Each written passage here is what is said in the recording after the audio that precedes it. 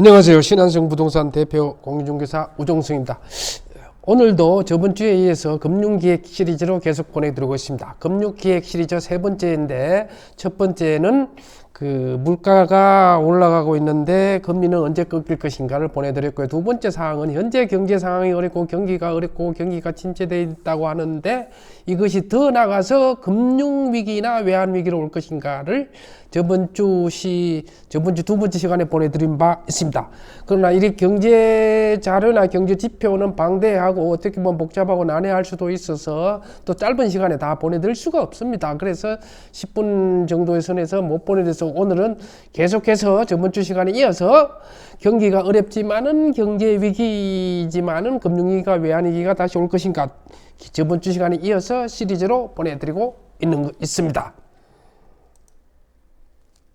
먼저 저번 주에는 주요 경제 지표를 빨간 박스 안에 있는 것을 가지고 주요 골자로 해서 분석을 해드렸습니다. 환율이라든가 주가 주사라든가 외환 보유고나 기업 부채율을 IMF 때하고 금융 위기 때하고 현재하고를 보내드린 바 있습니다.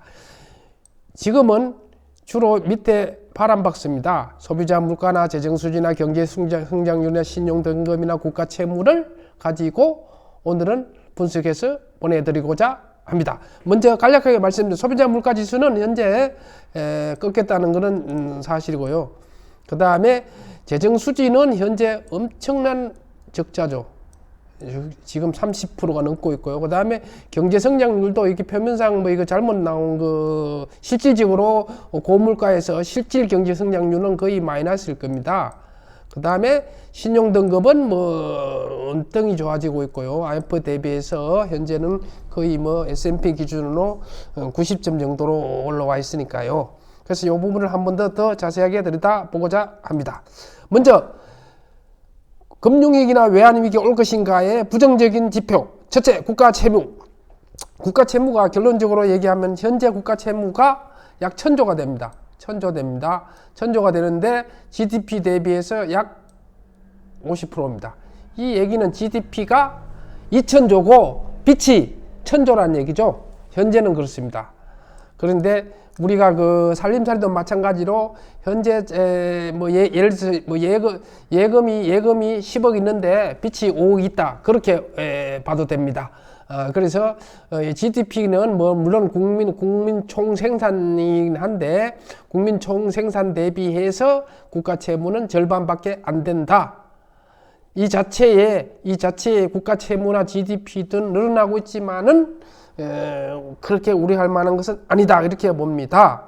자, 그리고 그 다음에 이제 이 중에서 국가 채무 중에서 조금 눈여겨봐야 할 것이, 국가 채무가 그럼 왜 그렇게 많이 늘어나느냐? 1000조, GDP 대비 50%라 그랬죠.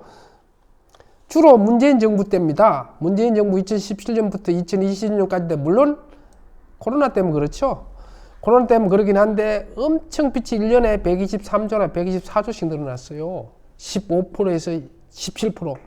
그래서 지금 현 정부에서는 이거를 어떻게 관리할 것인가 계획이긴 하나, 윤석열 정부는 약 6% 선에서 빚을 늘리겠다. 즉 수치로 얘기하면은 1년에 50 내지 60조만 빚을 늘리겠다 그랬습니다. 만약에 문재인 정부처럼 1년에 100조가 넘어가면은 국가 재정 수지 거들납니다. 나라 망합니다.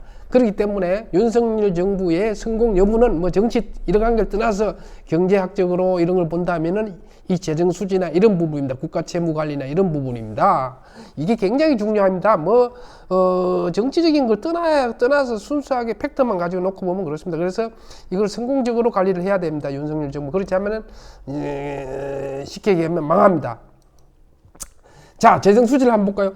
재정 수지가 뭡니까? 한 나라의 수입과 지출이죠. 우리 가계부 쓰듯이 수입과 지출이 있잖아요. 박정희 정부 때는 거의 재정 수지는 수치상은 약간의 마이너스인데 거의 없었고요.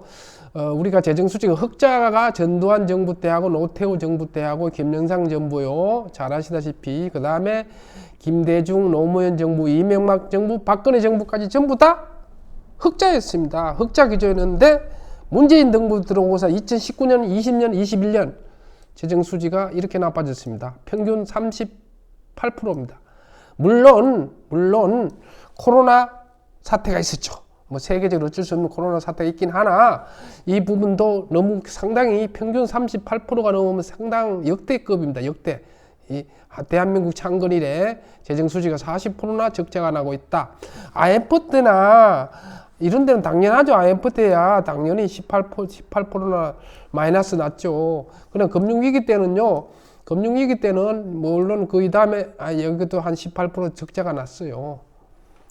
그리고 금융위기나 외환위기 때 수치상으로 보면 금융위기나 외환위기 때보다도 현재의 재정수지가 거의 더블입니다. 이 금융위기 외환위기 때보다도 더블로 30%가 넘습니다. 그래서 이 부분을 어떻게 관리하냐 이게 윤석열 정부의 책임입니다. 책임. 성공하냐 마냐 이 정부가 뭐 정치적으로 뭐 어쩌고 저쩌고 뭐 수사를 하고 이런 거는 저는 뭐 신경 관심도 없어요. 자, 그래서 국민 총생산을 보면 박정희 때야 고도 성장하는 거 다 아시죠? 최고 성장 13% 넘었어요. 전두환 때 하고 박정희 때 13% 최고 경제 성장률 한 거. 전두환 때도 13% 넘었고요. 노태우 정부 때도 10%가 넘었어요. 최고 성장률이. 김영삼 정부 때도 최고 성장률이 최고 높은 수치는 9.6%였어요. 잘 나갔죠, 그때에도. 그다음 DJ 때도 마찬가지입니다. DJ 때도 최고 성장한 게 11.5%였어요.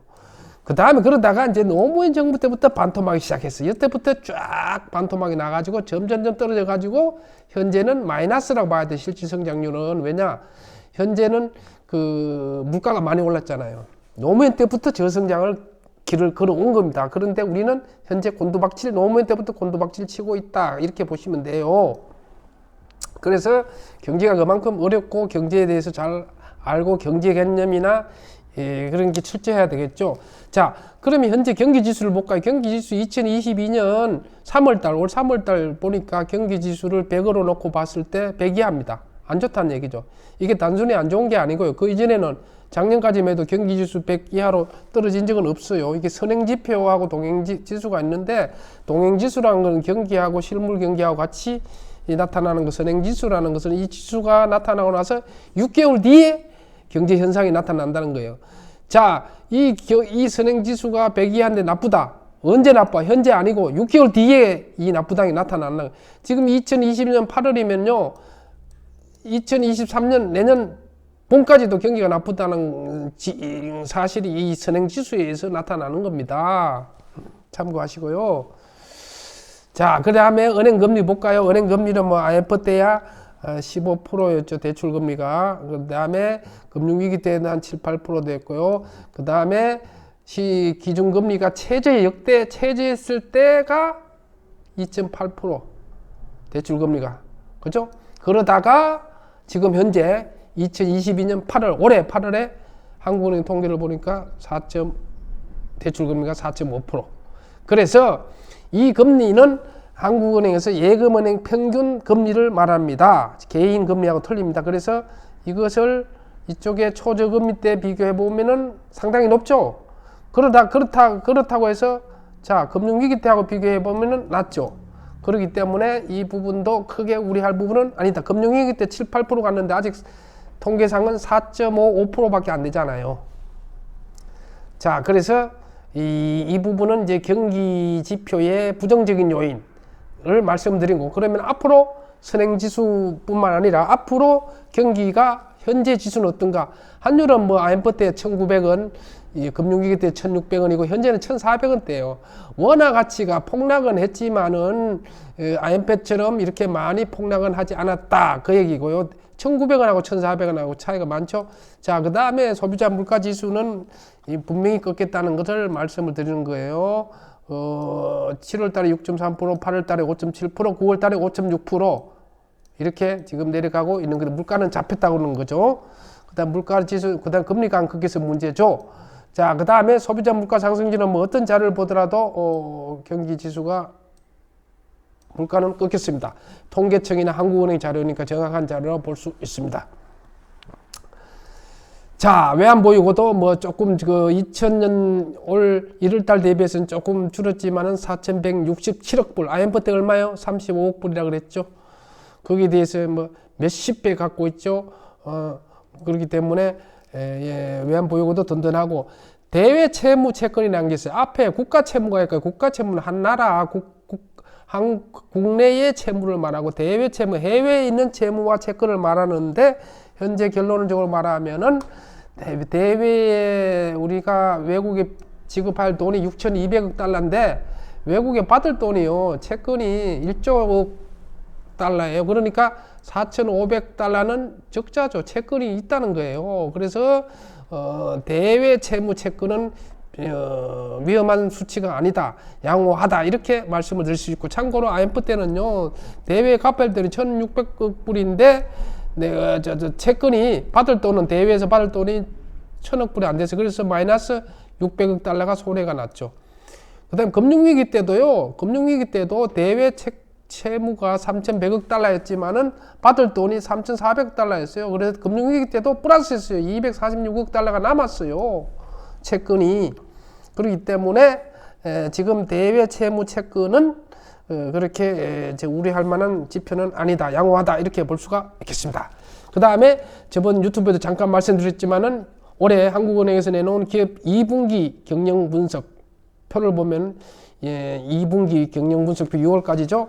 자, 기업 부채 비율을 대기업은 한 80% 순이고요. 중소기업은 100% 순이에요. IMF 때는 얼마나 그랬어요? 대기업 400에서 500%, 중소기업 부채 비율 1000%였어요. 기업 경영 기업의 부채 비율은 상당히 양호한 편이다. 물론 여러 가지 뭐 경기가 안 좋고 기업들도 어렵죠. 영업이익률이 떨어지고 뭐 어쩌고 저쩌고 하죠. 그러나 전체적인 부채 비율은 지급 비율이기 때문에 중요한 거잖아요. 빛이기 때문에 이 부분은 상당히 그전 지표 대비해서 양호하다. 그 다음에 국가 신용도가 S&P 3대 신용사가 있는데 S&P의 IMF 때는 우리나라 점수를 환산하면 35점이었어요. 국가가 붙어났을 때. 그러나 2016년도부터는 지금 90점이에요. 완전 AA급이에요. AA급. 국가 신용도가 이만큼 양호합니다. 그래서 제가 봤을 때는 지금은 결론적으로 하면은 경제가 침체되고 어떻게 보면 경기가 침체되고 어렵고 위기일 수는 있으나 내년 하반기에도 금융위기나 외환위기까지는 우리 경제가요, 내실은 그 구조는 튼튼합니다. 다만 자본이 없어서 대외 교육 조건이 무역이나 이런 데 의존하다 보니까 중국이나 미국의 태풍, 기침만 불면 우리는 뭐 감기 걸리듯이 그럴 뿐이지 상당히 양호하다 이렇게 볼 수가 있겠습니다. 이상으로 마치겠습니다. 감사합니다.